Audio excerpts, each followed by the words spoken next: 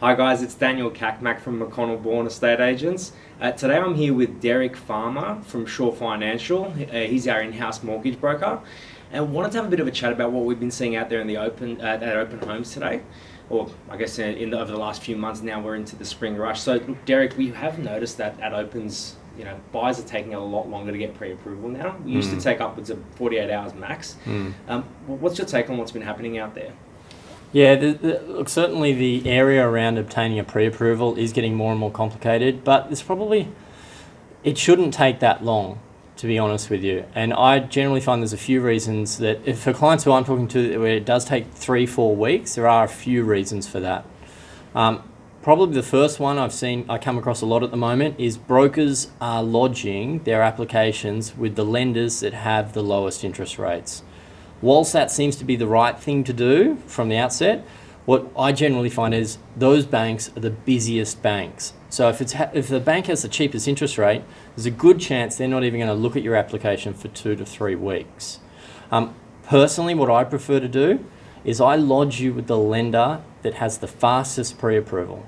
And then once you've bought, I use that 6 to 8 week settlement period to then re-lodge your application with the lender that has, the cheapest interest rate and it suits your needs the most. So I use that time then. So we'll get you pre-approved really fast, but then we'll re-lodge it later. So you can actually do that between the exchange and settlement and change that over. Okay. Yep. And there's no sort of, I guess, in this regard, it's a fairly safe option. Like, it's quite common, quite easy to do. Very People common. Locked in. Okay. Very common. There's no commitment. It's not a contract. It doesn't cost anything. Look, it's double the amount of work for me, but I'd rather have that going on than my clients out in the marketplace saying it's been 3 or 4 weeks and I'm still not pre-approved. So obviously this is much more advantageous to be going through a broker as opposed to directly through the banks, and more to the point, a good broker. Yeah, absolutely. I mean, you can approach one bank, you can't approach 42 banks. No one has that time.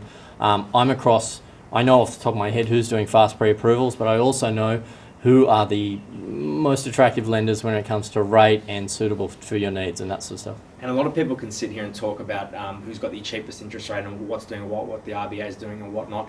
More to the point in that, what do you recommend to some buyers out there that are looking at getting things started or getting the best option? Is there anything that you've seen out there that you can say, you know what, these are some of the things you should be looking at first and foremost? I think actually talking to your broker earlier. I see a lot of people who go to a lot of open houses thinking that they can borrow $700,000. Then they're coming to me learning that they can borrow, well, not as much, and they've effectively wasted all their weekends. So talk to a broker sooner. They can uncover any tricks or traps or restrictions that you might have and help you down the right path with the right lender. Fantastic. Well, look, if there's any questions around that, please feel free to reach out. We're happy to pass on Derek's details as well. Again, Derek Farmer from Shore Financial. Look forward to seeing you on the next video. Thanks, Sam. Thank you.